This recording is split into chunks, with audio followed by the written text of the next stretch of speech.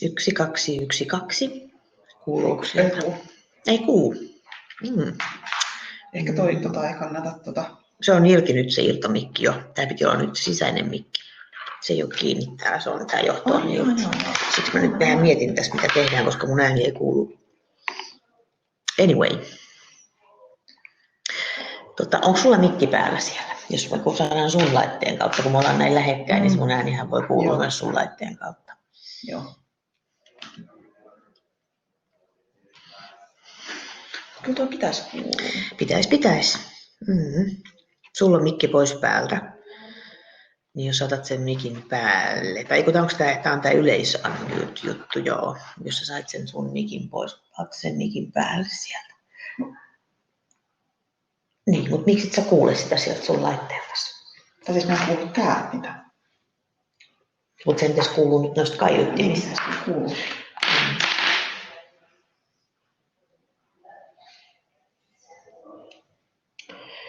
Puhuppa sinä, ota se mikki pois, mikki-esto pois. No niin. Kuuluu. Nyt kuuluu. Sun mikki toimii, mun mikki ei toimi. No sitten me käytetään tätä. Joo. Pannaanko tää kiinni siihen sun koneeseen? Mun on helpompi kuin niinku pelata sitten taas sinne. Sitten jos sä refreshaat sen.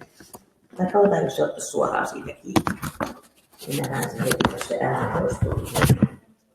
1, 2, 3. 1, 2, 3. Refreshaa viitosella sen, niin silloin se vaihtaa tämän mikin toivottavasti. Sun pitää antaa sille sen mikin nimi.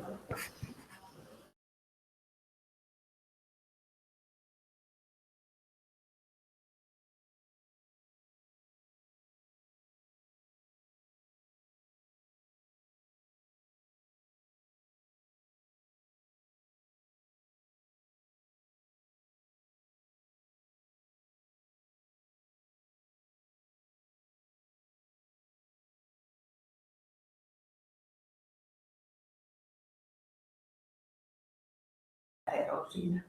Joo.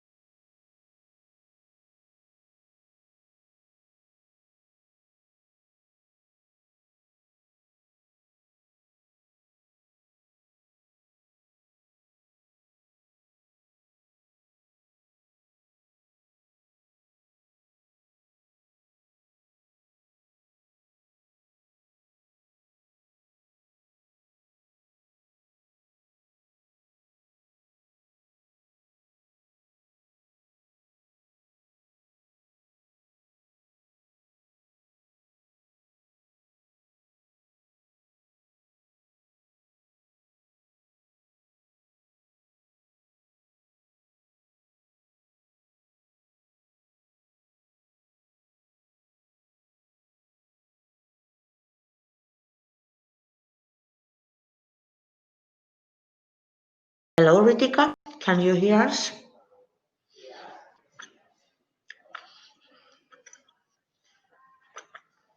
Hello?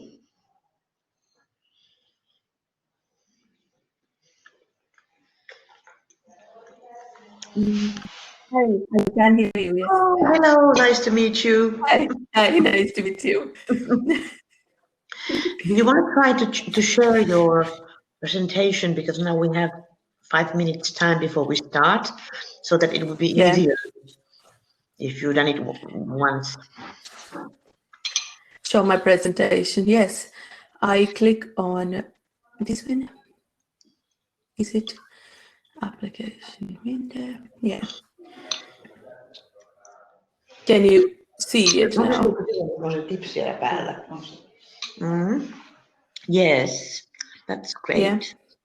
And you just start with a slideshow when you start the presentation. And that looks good. Very good. Okay. Just wait for the others to enter. Yeah, so I'll keep this like open and yeah.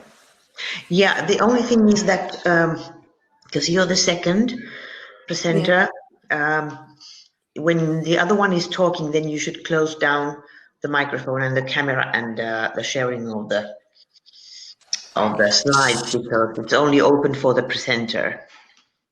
Yeah, so I press the stop sharing button. Is that so? Yeah. And then if you have, if it's on your desktop, then it's sure it will be easy to open again. Yeah. I will keep it open on my desktop, but I can press the button to stop sharing. Yeah.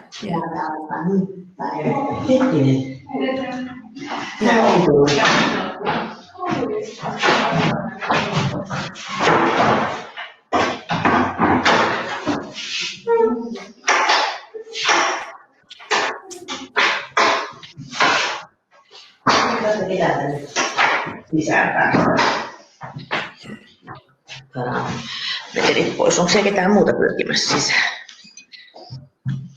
Pitäisi tulla vielä. Jo vielä. Noi 5 on nyt katsonut. Mikä toi 4/9 on? No mitä?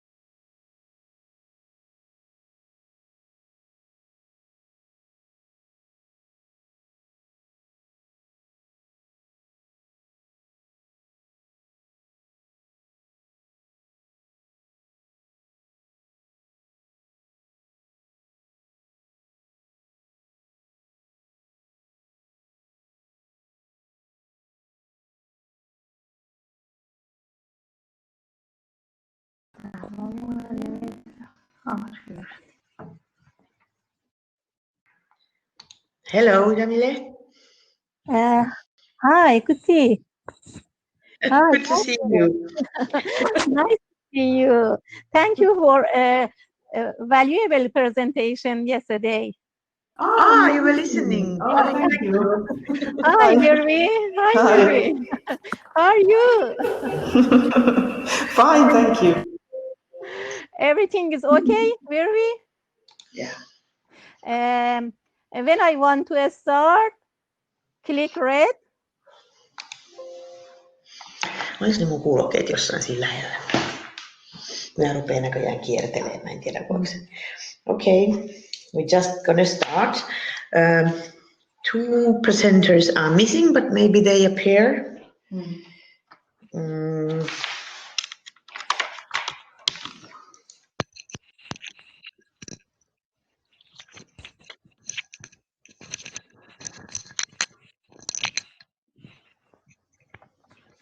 I use these headphones that it will not be echoing. All right, let's start. So you're warmly welcome to this session number 6, and we're going to hear 4 interesting presentations during this session. And first, for the audience, you should keep all the time your cameras and audio connection off, so that you just listen to the presentations. And if you need to see the slides in bigger form, just double click the frame so it will become in wider space.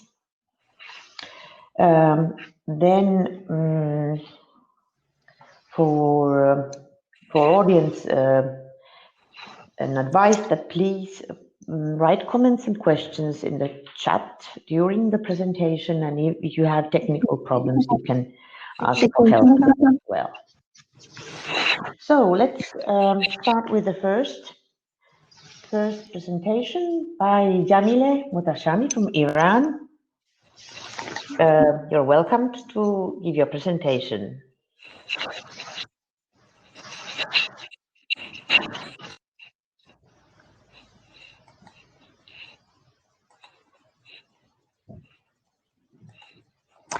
Hi, everybody. Do you have my voice?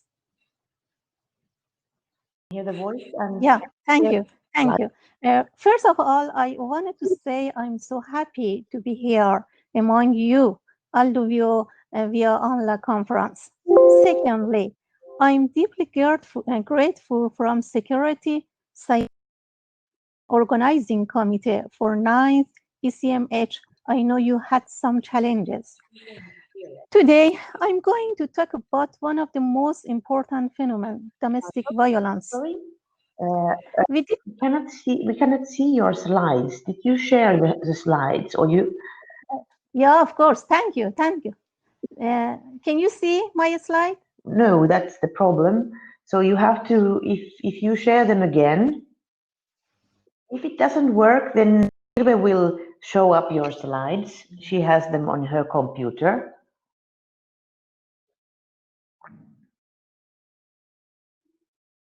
Pitää katsoa se aika uusiksi sitten, kun se alkaa menemään. Okay, now it's working. Okay, can you start again, please?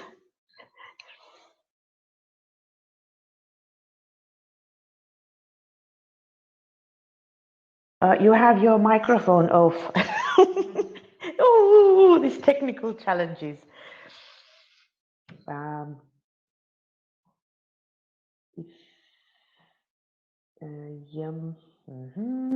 No, I can't hear you. Let's see if we can help. Can we help her with a microphone? No. What can we do? Is the F5? Do you have the microphone on? When you see the symbol on the lower part of the screen, you have the camera and then you have the symbol of the microphone. Is it with a red line or is it open? Because your camera is on, but your microphone might not be.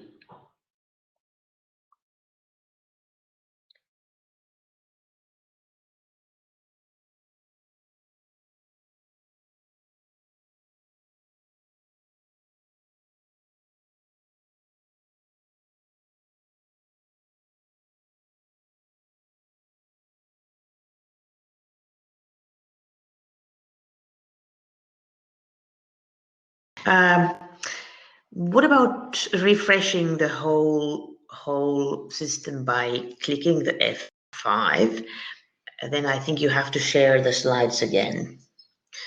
You will have your time and no problem. Just to press F5. F5, then you will be coming in again.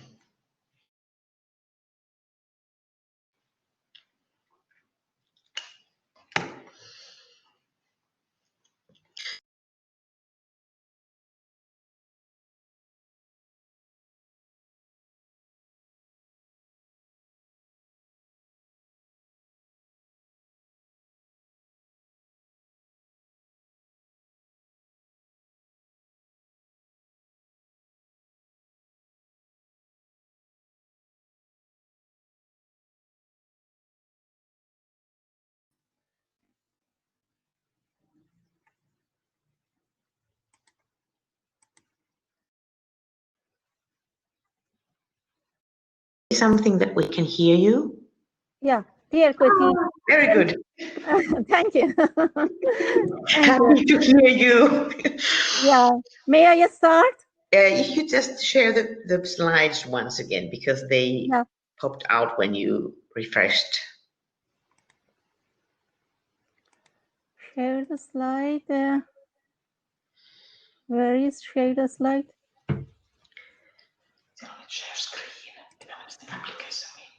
And you have to take the application.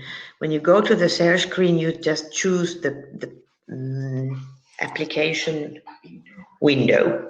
Then you will find your presentation from there. Or Yeah. your slides. Dear Kuti, can you hear me? Yeah, I can hear you, but we cannot see the slides yet. So I think Why when you can? you Why stop, you can? if you stop sharing, you're sharing your screen. If you Stop sharing? and then you open it again, the sharing mode, and then you will find there in the middle, you have to choose the application form. Yes. Now it's open and working. Ja nyt mikki taas meni pois päältä. It seems that when you open up your presentation, the microphone starts not to work. Let's do it so that Virve will open up your slides from here, stop sharing, and let's hope that your microphone starts to work again. There's something wrong with the system that it doesn't seem to allow you to open up the slides and use the microphone at the same time. Ei. So stop sharing the slides and Virve will open up. And then you just tell Virve when you want her to. Mutta hänellä on edelleenkään mikki päällä. Yeah, tarkistetaan se erikseen. Then you will tell Virve when you want her to get the next slide. Can you say something? We try up if your microphone is on at the moment. Eikö hän yrittää nyt itse siellä jakaa sitä? Onko toi hänen? On. I think if you share your own, slides from your own computer, the microphone does not work. So I think it's important to hear your voice. So stop sharing the slides. Virve will open up your slides from here. And then we try to get your voice. No niin, nyt hän lakkasi jakamasta. Okay, say something. Let's hear if your microphone. Taas yrittää jakaa. No. You should close down the sharing window fully. Otherwise, the microphone is not working. Yeah, now. And now if you say something, I think your microphone doesn't cooperate. You have to refresh the whole thing once again, but don't open up your slides. Just open up the connection and the audio connection. So we will hear you and see you, and Virve will show up the slides. We will wait for you. Nyt se taas.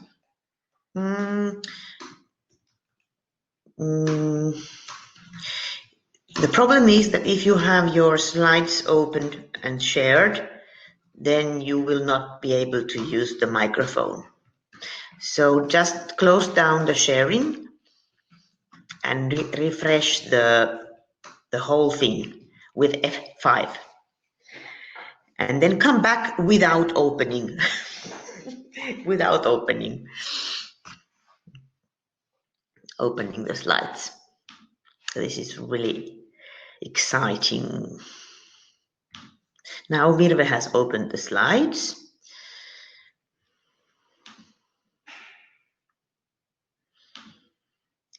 Let's hope that Jamile will get in. Yeah. Okay, welcome back.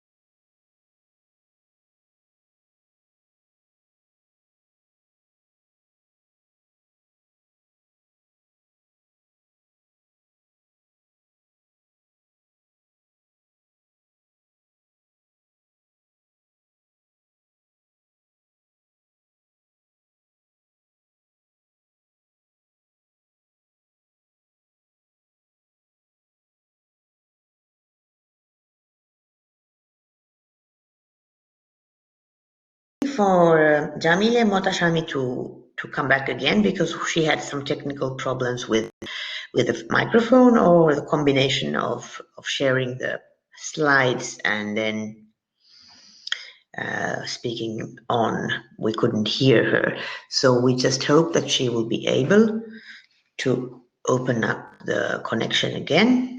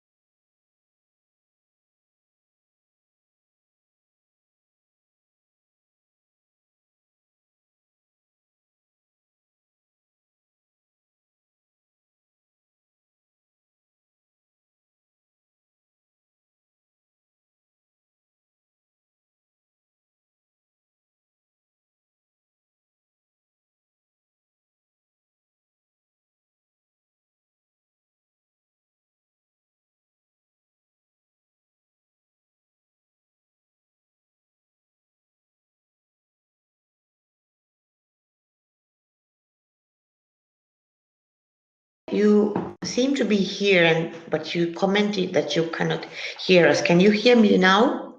Because I took my microphone off as we were discussing about this technical problem here. Did you ask for the right to share audio and join the meeting in full?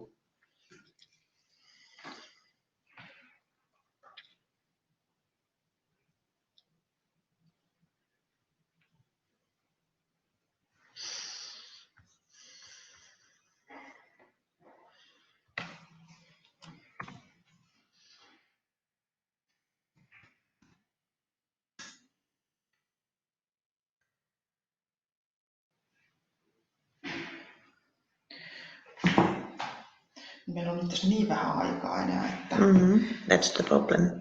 mä laitan sille, että Että joku muu aika. voi sanoa sen. Eli seuraava aika alkaa 12.40. Onhan meillä tässä kuitenkin Totta. 45 alkaa vasta seuraava, että sitten vaan lyhennetään sitä. Mä yritäisin ohjata nyt sitä, jos sille antaisi ne ohjeet, että sen täytyy kuitenkin jakaa tämä audio ja video, jos se ymmärsi nyt niin, että hän ei saa sitä. Antaako sun mikin pois? Joo.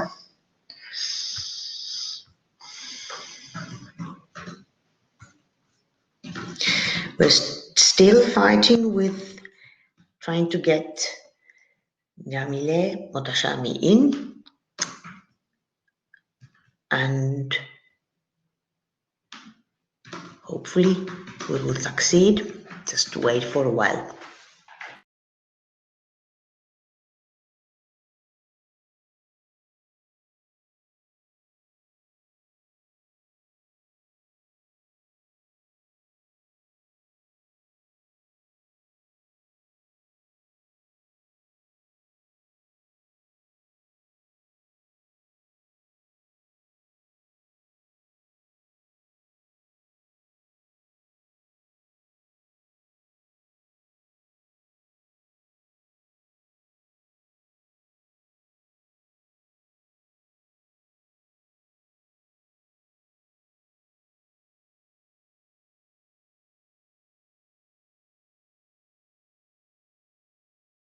New people coming in, welcome here. We are having some technical problems with the connection with Jamile Motashami, but hopefully she will get in again.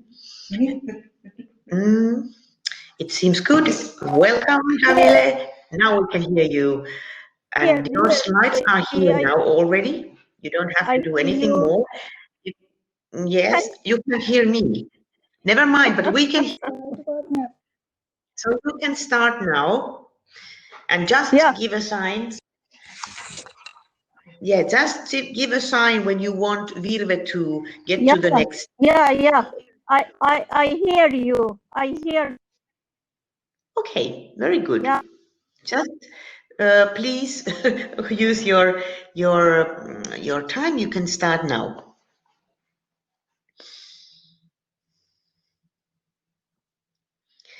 Your slides are already on here. Koti. May I open my slide? No, you can see them. You can see them here on the slide. Virve is now operating with the slides. Because if you open your slides, then we will lose the. Koti, can you? Yes, we can see them. And if you want to see your own slides, I think you just have to. Yes, please.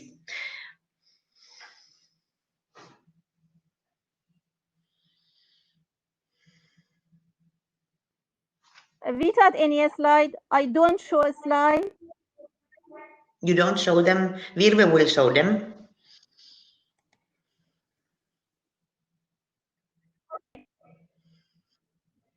Nyt sit lähti taas mikki. Miten se on mahdollista?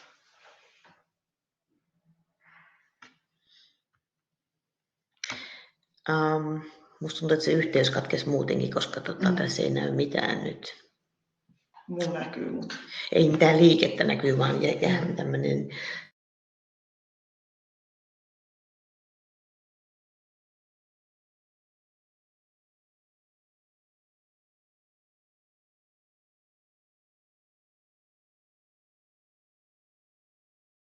Jamile, sorry. It seems that your connection is very bad and we cannot even see you talking now. You contact Lauri Kuosmanen, onko hänellä se sähköpostiosoite? And just apply, if it's possible to apply for a new time for your presentation, because now we have to move further on, otherwise the schedule will be totally mixed up. I'm very sorry for this inconvenience and technical problems, but we can't help it out now because the connection seems to collapse. So now we will have some extra time for a break before we'll start with Ritika Malhotra's presentation at 20 to 1. So stay online or have a little break, but stay here in this session and we'll meet you again at 20 to 1.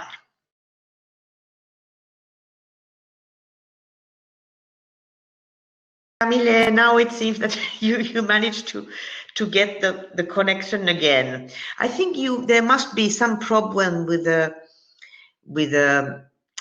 connection itself. It's maybe too weak for keeping up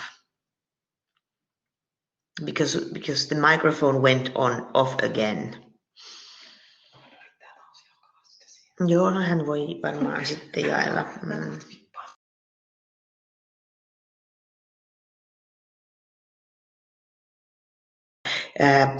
Did you hear, Jamile, that we suggested that you write an email to Lauri? And it's in the chat as well. If you have Lauri's email address,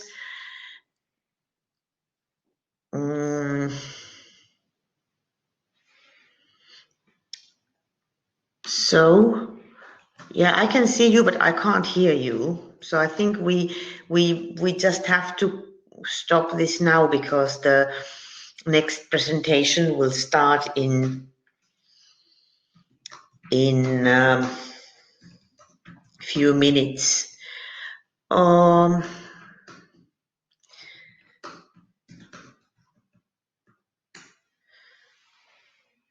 So hopefully Lauri will find you another time and you will have a better connection so that we can succeed with this presentation during this conference.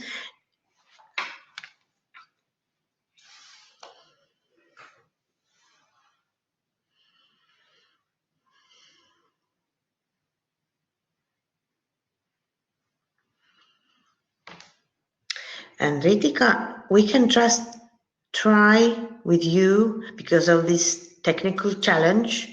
It would be wise that if you now share. Jamile, can you stop sharing your audience? Go back to the audience stage, like closing down the microphone and camera, so that we can try out if we are more lucky with Ritika. Thank you. So, Ritika will now open up her connection. The video, yes. And we already tried once and you were lucky with your slides as well. Hopefully the microphone and slides will cooperate this time better. Let's hope. Can you hear me? Yeah, very well. Oh, okay. And hopefully the slides will work. Yes. Yeah. Should I go? Yeah. Yeah. I'm sorry, for the technical, that's sad.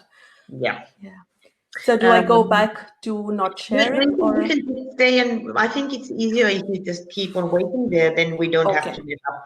And if there's any technical trouble, you just use the F5, then you will be coming in again. And we will tell you when you have 5 minutes and 2 minutes left, and then when you have to stop, we'll just inform you.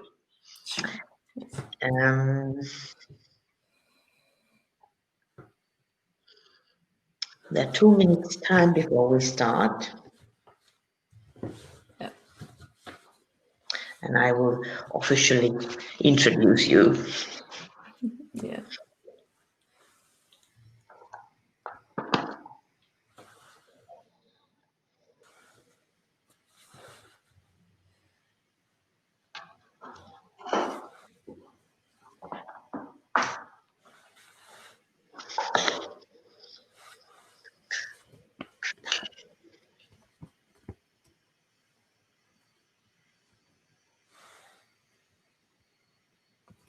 Okay, I'll start now that you will have your full 15 minutes as you start with your presentation. So next we will hear Ritika Malhotra, and she will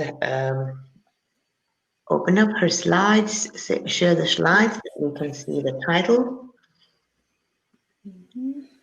It's about domestic Is it? for female domestic workers. Yeah, it seems it opened up. And now you can open this slideshow if you want to. Yeah, that's very good. Yeah. So, okay. Please start. Okay. Hi, I'm Ritika Malhotra, and I'm from Finland. My topic today that I'm presenting is prevalence and associates of psychological disorders among female domestic workers in Panchkula, a city in India. So let's go through some background. Domestic work in India is an important segment of informal sector with an estimated workforce between 20 to 80 million. Domestic workers are mostly migrants from rural India. They are illiterate and 90% of them are women. Being part of the informal sector means lack of formal contract regarding salary, working hours, and working conditions, in addition to lack of job and social security.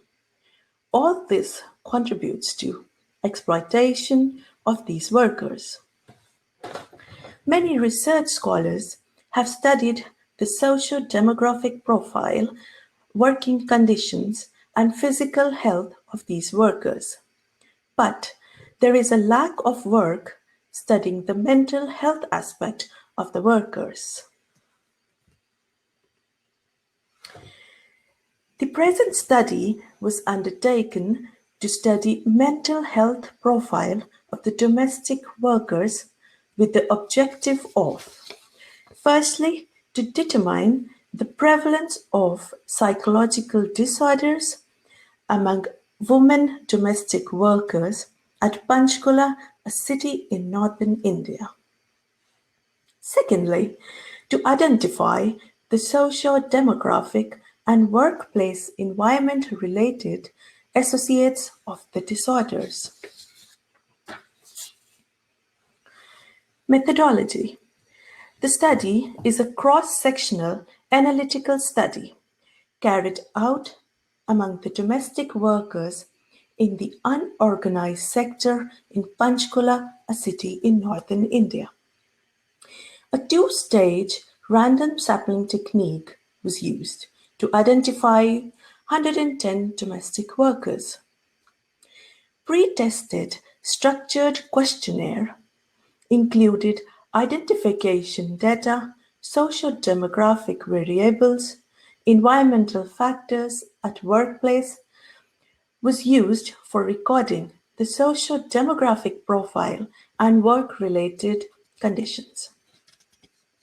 A self-reported psychological stress was evaluated by DAS 21 scale.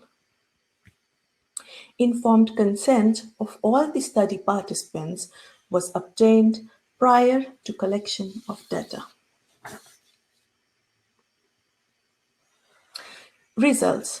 If we go through the socio-demographic profile first, the maximum, that is 51.7%, were young and in 20 to 30 years age group, while only 6.4% were above the age of 50. 76.4% of the workers were currently married, and the rest being never married, widow, or divorced. Almost half of the participants were migrants from other states of India, maximum from Uttar Pradesh, the largest state of the Republic. Now, the working practices. The working practices of the study participants revealed that 59.1% of the workers were working in 3 to 4 houses, while 16.3% were employed in 5 or more households. The average duration of the work per household was about 90 minutes, more often achieved in 2 visits. Almost 1/4 of the domestic workers availed, on an average, 1 day of paid leave per week. So the table 1 here shows the facilities that were available at workplace. So from here we can see that the refreshment was available for around 55.9%, and availability of washroom or the facility to go or use the washroom at the workplace was for 19.2%. So we see a considerable good amount of people getting additional pay for extra job, which was 75.7%. Whereas facilities like paid leave during pregnancy or health facilities was nil for any participant. I hope I'm audible.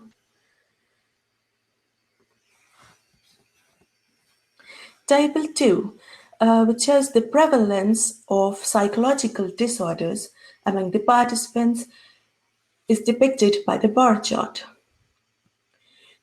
If you see the table, the bar chart, the study revealed that the prevalence of depression was 8.2%, anxiety was 13.6%, and stress was 41.8%.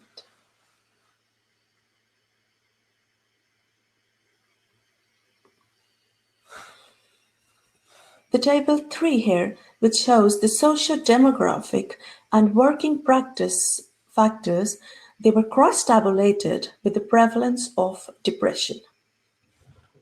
If you see the age variable, the prevalence of depression was almost similar in those less than 40 years of age, which is 8%, as compared to those who were above 40, which is 8.7%.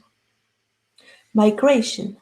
The prevalence of depression was higher among migrant workers at 9.8% as compared to those who were working in home states, which is 6.8%.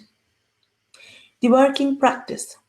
The analysis revealed that those employed in more than 4 households had higher rate of depression as compared to those with less than 4 households, which we can see here as 16.7% versus 6.5%. Similar results were seen for women working for long hours and doing more jobs per houses. The workers having fixed working hours had a low prevalence than with flexible timings. However, all the differences here were not statistically significant.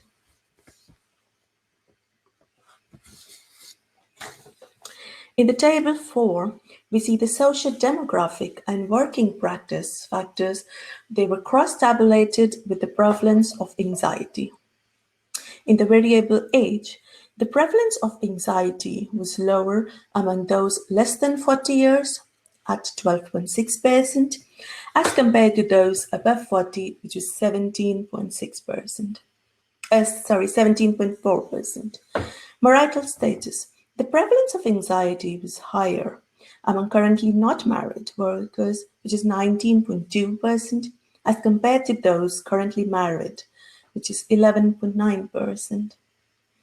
The variable migration. The prevalence of anxiety was more than double among the migrant workers, at 19.6%, as compared to those who of work state was 8.5%. And this is statistically significant, we can see here. And the work practices, if you see that, the analysis revealed that those employed in more than 4 households had higher rate of anxiety, which is 33.3%, as compared to those with less than 4 households, which is 9.8%. And the difference here is also statistically significant. Similar results were seen from the women working for more than 6 hours per day, which is 24.4%, as compared to those working for less than 6 hours a day, which is 7.2%. A vast difference, and the analysis revealed that the difference is statistically significant. And this is the last table, so bear with me. The social demographic and working practice factors here were cross-tabulated with the prevalence of stress, the third factor here. So the age shows the prevalence of stress was almost similar among those less than 40 years and those above 40, which is 41.4 and 43.5% respectively. Whereas in the marital status, the prevalence of stress was almost again similar among the not married workers, which is 42.3%, and currently married, which is 41.7%. Vitaka, you have 5 minutes left. Okay, thank you. In the migration, the prevalence of stress was higher among migrant workers, which is 52.9%, as compared to those who were from the home state, which was 32.2%, and this is statistically significant. The working practices. The analysis revealed that those employed in more than 4 households had higher rate of stress, 61.6%, as compared to those with the less than 4 households, which was only 38.0%. Of course, it is statistically significant, and we can see similar results for women working for more than 6 hours per day, which is 56.1%, compared to working less than 6 hours, which was only 33.3%, again being statistically significant.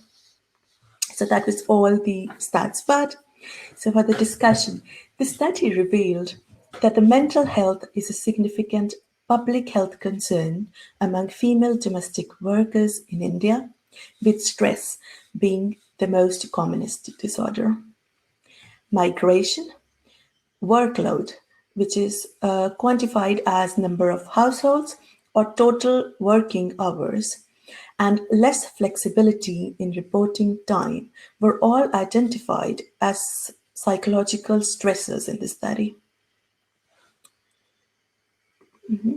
So the recommendations. It is recommended that domestic work in India should be formalized and working conditions of the workers improved to ensure a healthy workforce. Introduction of Ayushman Bharat, that is Healthy India program by the Government of India that guaranteed comprehensive health coverage to social economic deprived households in India, included domestic workers, is a giant step in this direction. More recently, pandemic of COVID has also revealed the significance of migrant workers in Indian economy. There is an urgent need to do much more for these workers who move to the urban setting to support their families and also contribute to a growing India. Thank you. That was all my and this is a summary. Okay, Ritika, thank you very much for your interesting presentation. Thank you. I felt inspired because I have some background, because I'm a social anthropologist and I did my field work in Calcutta for my for my thesis, and we were working with this kind of people who had this kind of position in their in the work life, and it's very much reminding me of those times and challenges. One interesting thing which seems to be that the workload and the migration seems to be the sort of the biggest thing connected to this stressfulness of the situation.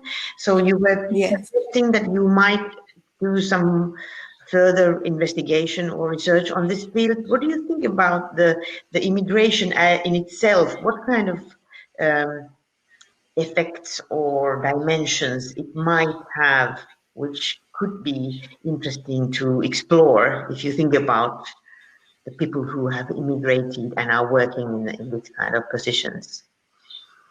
You mean in outside India where there are immigrants and they work as domestic? I mean inside who are coming because it was such a big difference between people coming from the same area or immigrating. And if I think about the relationship between the traditional domestic workers, I was in Calcutta, most of them have been working in family for generations, and they were like adopted to be a part of the family. So these people who come from other states and just are settling down, it seems to be the situation much more stressful in this sense. But what do you think? What would be the interesting dimensions of the migration experience or the positions of the migrants, which might be interesting to connect with this stress effect? Yes, it's a really good question. And this was seen, like you said, in my study. And now because of the COVID, it came out really more clearly, because the ones who used to migrate and come here during the COVID, because there was no social contact and they had to go, there was no work. So they did not get because you don't get the facilities, the health facilities, and they had to move back to their own areas. Because India, they have their own states, different like regions, and from where you belong, you get your facilities or your health things by the government, which are free or rebated or things like that. So this was more during the COVID that they had to go back to the states to avail those health facilities, because you are there. You can receive your facilities more if you're working there. There are some rights, but being them as an informal worker is the most challenging thing because the work doesn't provide you with the facilities like in Nordic or other countries. So, and when the work was gone, so they had to go back to the state and ask for those facilities. I think now, when I see there are more because it was more highlighted this problem, and the government now is, I hope so, they're working towards this because there are so many things. But this project was also asked by the government. They asked for researchers to come and they want to formalize these workers so that they get those facilities. Yeah. That was the point, yes. And now I think when they formalize it, then the migration will not be a big problem. And it's less, I guess, because yes, yeah. And they can receive the facility wherever they are. Yeah, that's good. And then you were thinking about some possibilities to investigate the chances of the voluntary organizations to help these people to cope with their stress and with their challenging situation. Do you have any ideas of what kind of support could it be that the volunteer organizations could give to these people? There is, I think, the main organization, because it's again divided on the areas where they're getting. So every area has a different one. But what the government, the central government has done, they've started a program, because it's better if the government starts it and then it's more channelized. And of course, then the NGOs and the organizations can come up and follow those, have guidelines to do it. So the one that I mentioned here was, after my research, I've seen that the Health India program, which was started in 2018, they started with the work, but not all the states have adopted it. So because it was the free will to take it. So some of them have not. And there are some organizations, those even international organizations and even national, like NGOs, those were working. I went through one which was UK based, which is really popular there, or in like places like in Bombay, if you've heard Mumbai, which is the most populated, and they have a large informal workers and such spread, like the maximum population of them is there. And there are a lot of organizations, they're working independently, and there is difference. But the interesting thing was that there was no research done in the mental health. They're working on the working conditions, the living conditions. So I guess more research needs to be done in different parts to actually find out more details. Yeah, and surely they are connected to the socioeconomic situation and social networking and support which these people get. But it would be interesting just to get more in depth into this. Yes. Yeah. Yes. Thank you very much. I think we have to move on. And thank you, Ritika, for interesting discussion. And then thank you. We will come back on. We will look for the next presenter, Jill Harvey, and ask her to come up. And then, can you hear me? So that we will be sure that at 1:05, as we start with Jill's presentation, then everything will be fine. So, Jill, I can see you. Can you see? Good to see you. Thank you. Welcome. I'm just sharing my screen. Yeah, just let's see how the sharing of the slides succeeds, because we had some trouble with the first presentation. Yeah.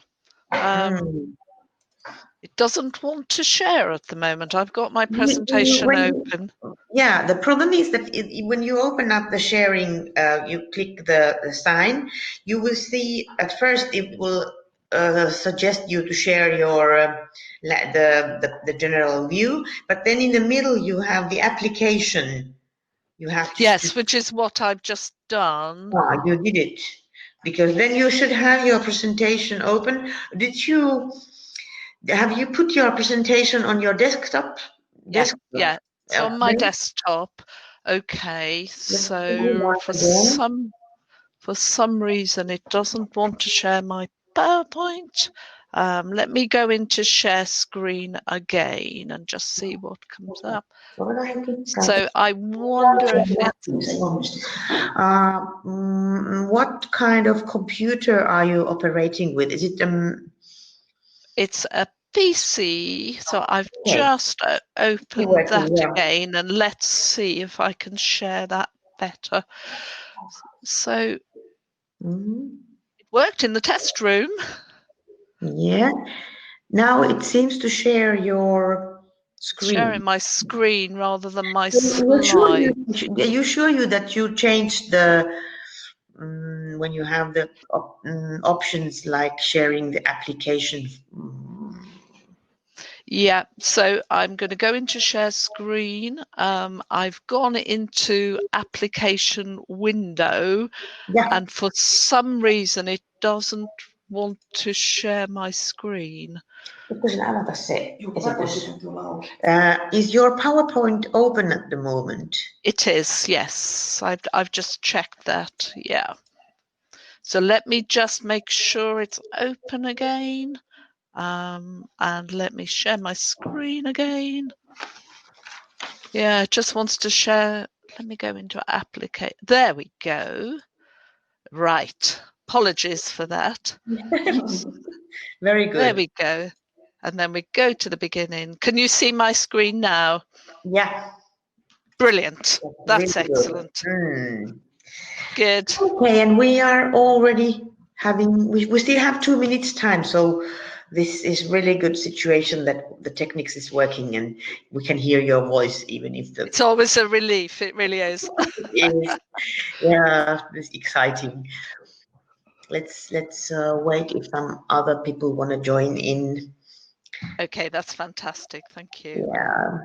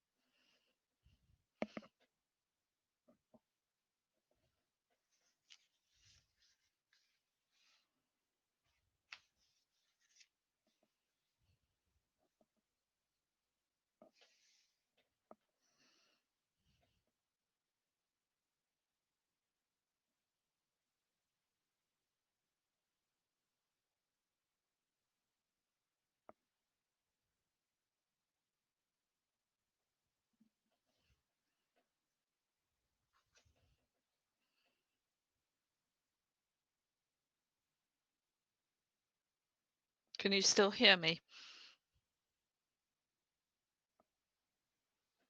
We can still hear. Fantastic. Yeah, okay. We're just about to start, and for your Jill, we inform you when you have 5 minutes, 2 minutes left, and then when it Fantastic. then we will just ask you to stop if it's still going on. And so, welcome, Jill Bahari, to give the next presentation, and you will tell your title yourself, and you can tell a bit more about yourself as well. Okay, thank you. Thank you so much. It is my absolute pleasure to be making this presentation. It's morning in the UK. I'm sure it's afternoon for many of you. And the title of my presentation today, as you will see from the slide, is The Mental Health of Someone Raised Within Fundamentalist Christianity, Holly's Story. So I am a counsellor, psychotherapist researcher, trainer, supervisor based in the United Kingdom. I've done this work for many years. I'm also in my 4th year of a doctoral program at the Metanoia Institute and Middlesex University. And I'm going to be presenting today on some of the work that I have done as part of the doctoral program. So the title of my doctoral research is A Narrative Exploration of the Influence of a Fundamentalist Religious Upbringing on Mental Health and Wellbeing in Adulthood.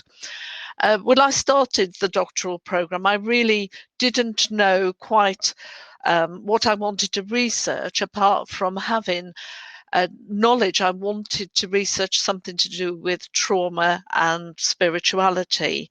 I'm an insider researcher. It's important to say that, and it's one reason why my research is across the Abrahamic faith, because I was brought up in a fundamentalist Christian home. So my research, and I'm just about to start writing up my thesis, is a small-scale qualitative narrative inquiry, which combines really the skills that I use as a counsellor and psychotherapist. So very relational centered reflexivity with a collaborative narrative approach. And my research throughout has been very collaborative with my participants, who I have called co-researchers. So it's been a very collaborative project. And my priority was to gather and represent people's unique stories through unstructured interviews. And what is quite unusual about the collaborative narrative approach is that as a researcher, I have also shared elements of my own story with my co-researchers. So the unstructured interviews have very much been conversations. As I've said, qualitative research, so I'm not looking at correlations, but qualitative research about story across the Abrahamic faith of Christianity, Judaism, and Islam. I had 8 initial interviews. It was very interesting. When I started to advertise for participants, I was actually quite overwhelmed with the interest shown in potential participation. So I did a preliminary interview with all of my participants, and then eventually 8 were chosen to proceed, who were committed to being co-researchers.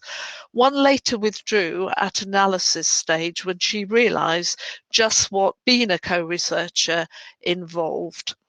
So my research question has been, might a fundamentalist religious upbringing be an influential factor on mental health and well-being? What are counsellors' experiences? So I've interviewed counsellors and psychotherapies within the United Kingdom. I've chosen today to share Holly's story, and particularly in terms of her mental health and well-being. And what I discovered fairly early on, as I started to advertise for participants, was even the word fundamentalist or fundamentalism in terms of religion is quite a controversial term. And it's quite difficult to define in many ways. And so I thought that I would leave it to Holly to define this for this purpose today. And she said, my first thought about fundamentalism is that it's about having a definite set of beliefs that don't enable awareness of others' views, or even a real interest in hearing other people's views. From a religious perspective, I understand this led me to have a literal view of the Bible that seemed to take an idiosyncratic view of what is allowed and what isn't. It also seemed to have an insular perspective that we were right and most other people were wrong. And it was very interesting, given what I think is the certainty of that definition of fundamentalism, that on a number of occasions throughout the various research interviews, she actually questioned how fundamentalist her upbringing was. And recently she has had a family event that has helped her to process that questioning even further. So just to give you a brief bio on Holly, she is female, gendered, white British, in her 50s, and was brought up within the evangelical Baptist tradition within the United Kingdom. I have changed some details of what I'm going to share with you for confidentiality reasons, but you will get the idea of her story. She now has a blended family following a divorce and remarriage. And like all of my other co-researchers in the study, she's a qualified counsellor and supervisor. As I've said, she grew up in an evangelical Baptist home with both sets of grandparents really very involved in her life. They were very hands-on grandparents. One grandfather was a minister of religion. Her parents were teetotal, strong evangelical, Bible-believing Christians, and Holly told me that in her growing up years, belief in God wasn't really questioned, and the Bible was read literally. The expectation was that she would attend church 3 times on a Sunday. It was mandatory, and she described this as being the only social activity. She talked about there were some restrictions around who she spent time with growing up. My friends needed to not be opposed to my Christian faith. Interestingly, her mother was actually ill for most of her life, and was in hospital for long periods of time. I think this is another important factor. And what happened was at a young age, Holly and one of her siblings became a young carer for their mother.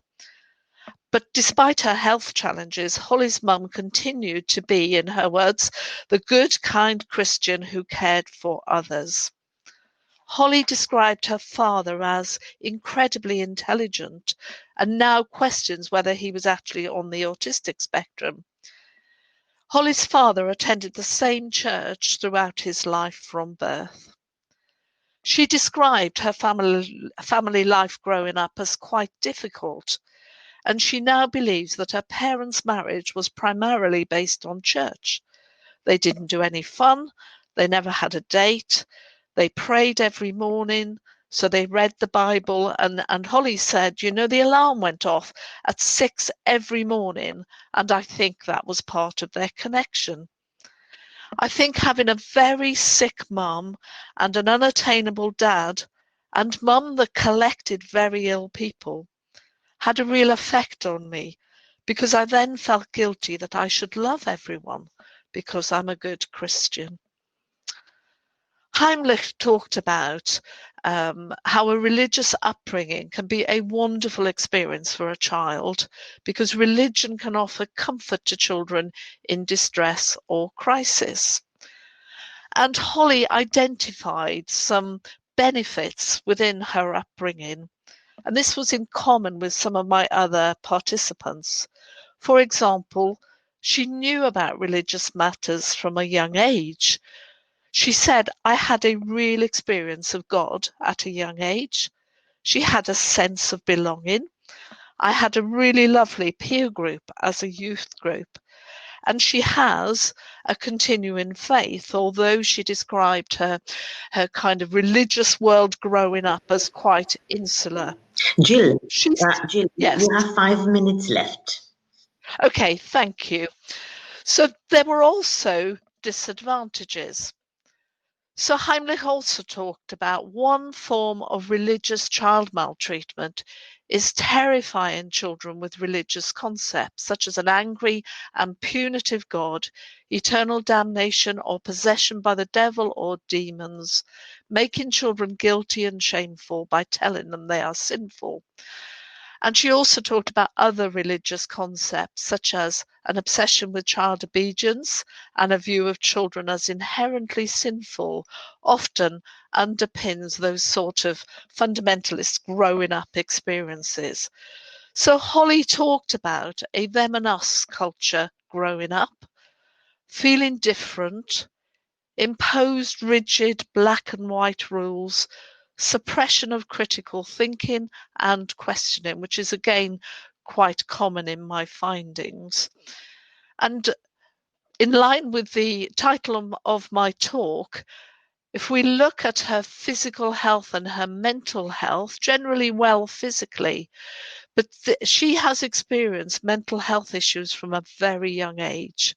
She became very depressed about 13 or 14 years old. She actually took an overdose at 13 years. And since then, she's had a number of breakdowns, which resulted in her losing language and thought. Biggest breakdown was due to an affair and marital breakdown, which involved a lot of loss. She also believes that her childhood experiences were very influential on her choice of churches and relational breakdown in adulthood. She talked about her upbringing being very influential on her choice of church as an adult. I recall thinking, all the people who are not Christians are dangerous to be friends with. I felt very ostracized as a Christian who was divorced. She also talks about rules like being busy. And then she poignantly said, I believe religion can be an addiction. It involves leaving your brain at the door. But I don't think this is straightforward, really seeing religion as the only influence in childhood. And actually, the parents of religious beliefs hold quite a tension. Religious parents hold a tension between the right to give their children a religious upbringing and a duty to avoid indoctrinating them. Another argument is that while parents... Sorry, there's 2 minutes left. Thank you very much. So while parents arguably have a moral right to share their religion with their offspring, this potentially violates the child's right to an open future, especially if very exclusive religious beliefs result. But I think it's really important to understand that each child's experience of a religious upbringing is unique and idiosyncratic, with religion being only one element among many influences in childhood. For example, for Holly, her mother being very ill. And I'm just going to finish my presentation this morning by quoting what she said in terms of how her healing has taken place. And she said, Holly, I'm going to quote Holly directly, people need to start thinking for themselves, face their darkness, and to question.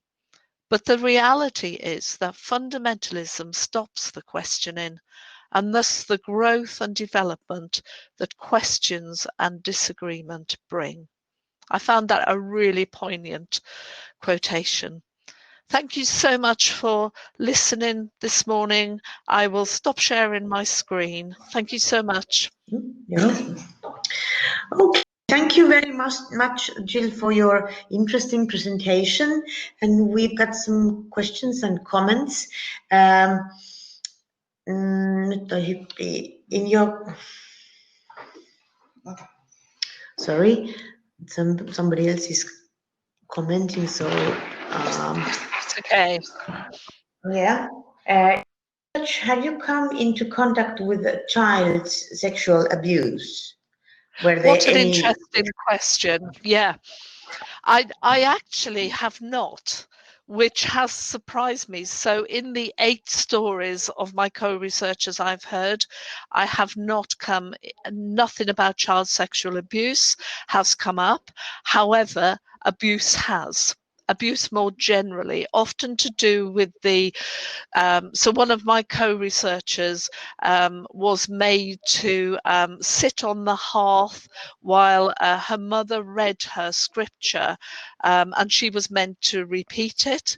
She ended up with some form of PTSD because, of course, she cannot do that as a child when her cognition, her thoughts had gone offline. Her ability to learn scripture absolutely went. So I've come across abuse, but not specifically sexual abuse, which has been a little surprising. Okay, then there's another question from Kari. He's thanking you for your very interesting research design and asking, did your co-researchers spend all their lives in fundamentalist environment, or was there a different impact in different age, as a teenager or a toddler? Again, a really, really good question. I think growing up, well, I know growing up, my co-researchers had no choice. They were in that environment with the disempowerment of being a child and a young person. It's very interesting. What I haven't included today, because there hasn't been time, is whether or not people have continued with their faith and how that has evolved. So for many of us who've grown up, and for many of my co-researchers who've grown up in this fundamentalist environment, they either no longer have their faith, or they have found and developed a much more evolved faith, which tends to be much more liberal. Interestingly, one of my co-researchers talked about how his upbringing, and he has a very strong Christian faith still, he feels has given him resilience in mental health terms to face what he has faced in life. So I'm looking at both sides of the coin. It happens to be that I'm telling Holly's story today, but most have had an evolved faith, or actually just can't bear to do religion at all in adulthood. There are several comments and people are thanking you. And if you want to see the chat, you can open up the chat on the side. I have that, thank you. Well, yes. I'd like to ask about the co-researchers, because we had yesterday one session about this co-research, and I was pleased to find that you were doing the same thing. What would you think, especially with this kind of co-researchers, were the biggest challenges and the benefits for themselves to participate in this kind of research? Oh, that's a fantastic question. Thank you. And what I did was, at the end of the research, I asked my co-researchers to, and I reflected as well on what this process had been like for them, bearing in mind I am hugely indebted to them for the huge amount of time they have contributed to this research. And amongst other comments that came back to me, I'm thinking of a Muslim participant who is, one of the things I became aware of is that my co-researchers were at different stages of their healing journey. And one or two of the co-researchers are really very new to healing from such experiences. My Muslim co-researcher said to me that she is in therapy as well, working through what was a very violent upbringing, that actually she have found so much healing from talking about her story, sharing her story with me sharing elements of my story with her, but also the speaking out, the telling of the story, which was the reason for my choice of methodology. And of course, my methodology very much matches what I do as a counselor psychotherapist. And even though the research was not therapy, there were quite clearly from the feedback therapeutic elements to it for some of my co-researchers. So for some people it was part of their healing. Yeah, that's very interesting, because I think the same kind of observations we've had on the field of the mental health recovery, where we're doing this co-research at the moment.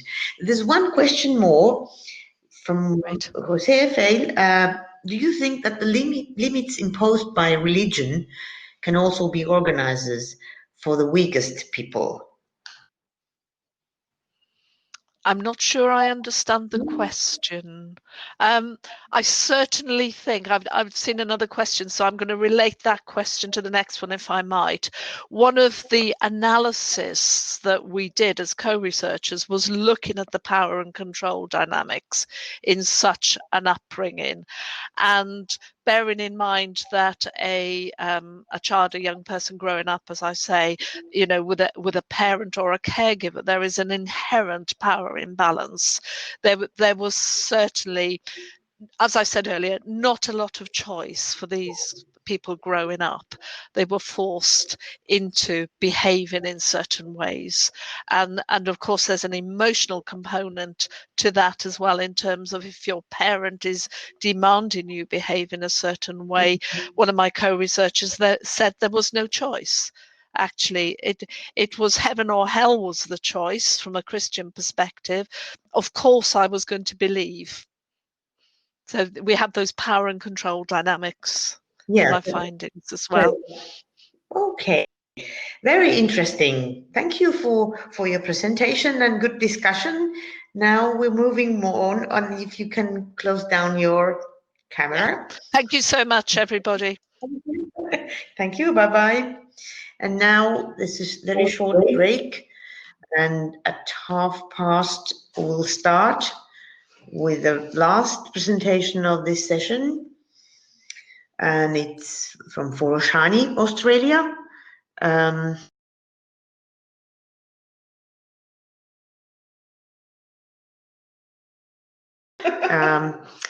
So we're just expecting Sayedi Habibullah Ahmadi Foroshani from Australia to appear. But there's still some minutes left, so you can have a break and some exercises, maybe drink some water, and then we'll continue after 3 minutes.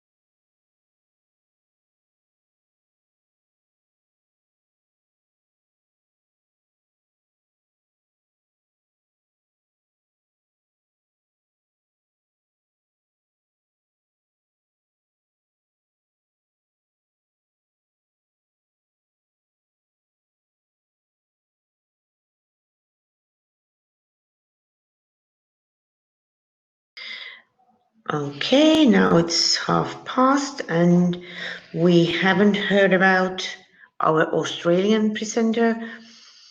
Let's still wait a bit, some minutes, hopefully he or she will appear. I think we just keep the line open.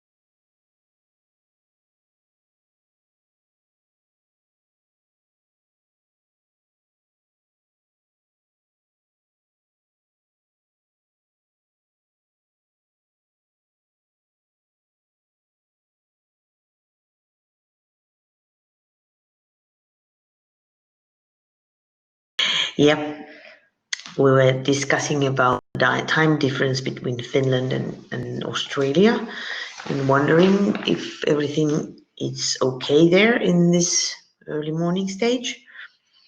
Hopefully, we will get in touch with our next.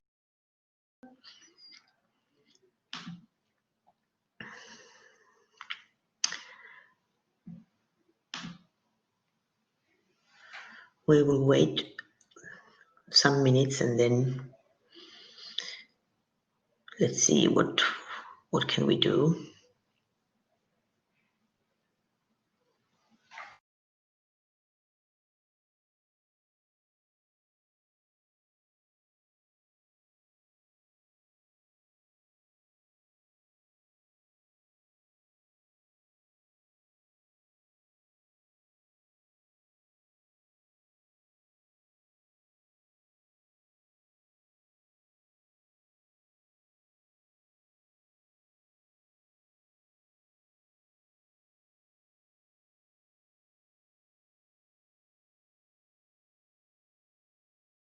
Wait 5 minutes and hoping that our Australian presenter will be able to enter this session.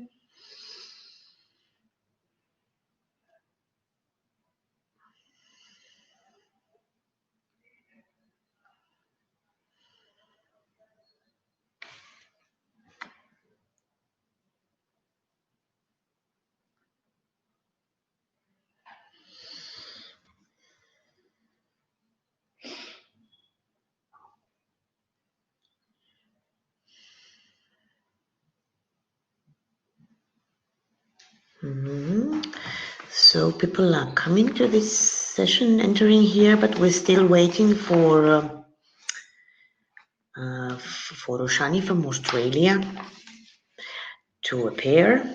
We haven't heard about him, so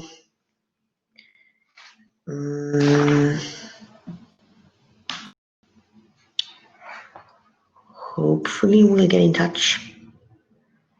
Just looking for information. Is there any cancellation or other messages from Australia?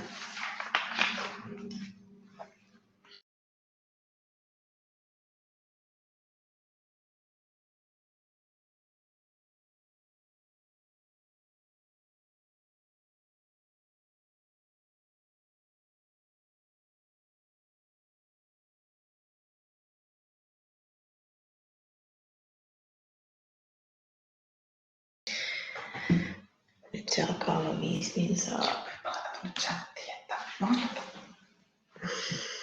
Okay. Unfortunately, we are not able to get in touch with our Australian presenter. So you're free to join some other sessions at the same time. There's just about to start there, or then you can go to see the posters in Expo. You can find them on the left side of the screen. And in the sessions, there will be the coffee room as well, where you can meet people meanwhile.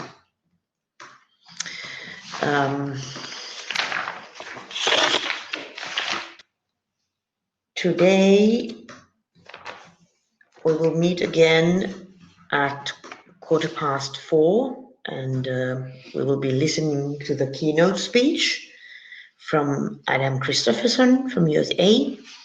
So until 4:15, you will have free time, or you can go and join the other sessions where they will have the last presentation going on. Very sorry for this last presentation not to appear, but thank you all for your activity and interest during this session, and meet you in the social program in the afternoon. Bye bye.